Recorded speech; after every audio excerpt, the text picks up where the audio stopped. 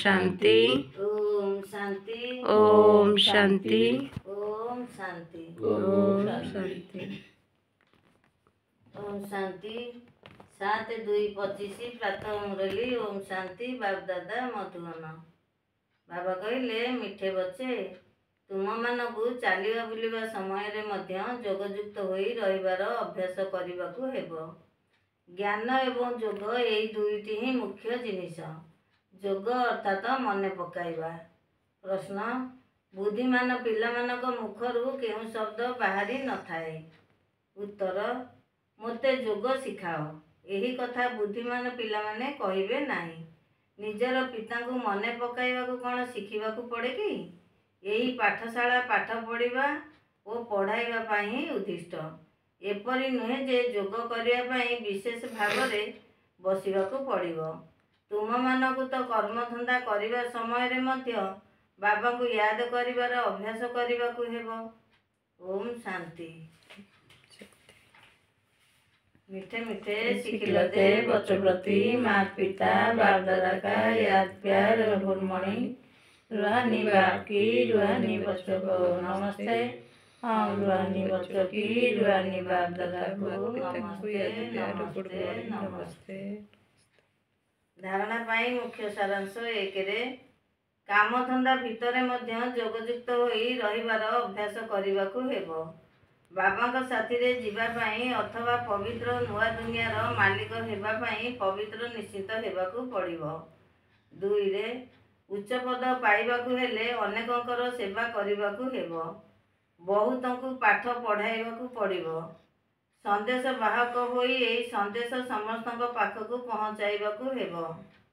वरदान स्नेह रूपक कोଳରେ आंतरिक सुखर अनुभव करुथिबा यथार्थ पुरुषार्थी हुआ।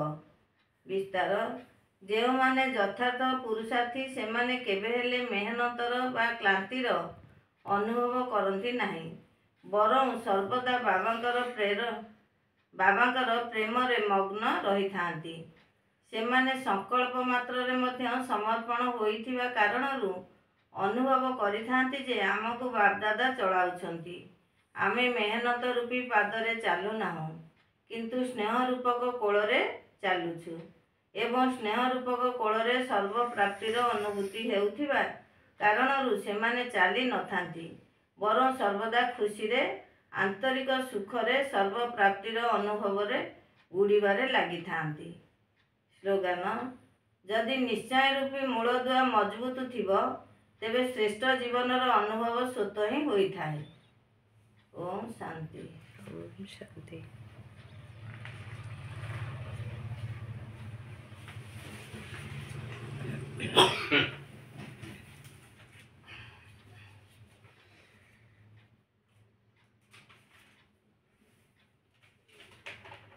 अव्यक्त इशारा निज शक्तिशाली मनसा द्वारा सकाश देवार सेवा कर। 7 तारिख रे बाबा कहले एबे तुमे पिला माने निजर श्रेष्ठ शक्तिशाली संकल्प द्वारा सकाश दियो, दुर्बल को बल दियो, निज पुरुषार्थर समय अन्य मानकु सहयोग देबारे लगाओ। अन्य मानकु सहयोग देबा अर्थात निजर जमा करिबा। एबे एही परी लहड़ी व्याप्त कर। सेल्वेशन सहयोग नेबार नहीं, सेल्वेशन देबाकू हेबो, देबारे नेबा सम्मानित होई रहिछि। ओम शांति। ओम शांति।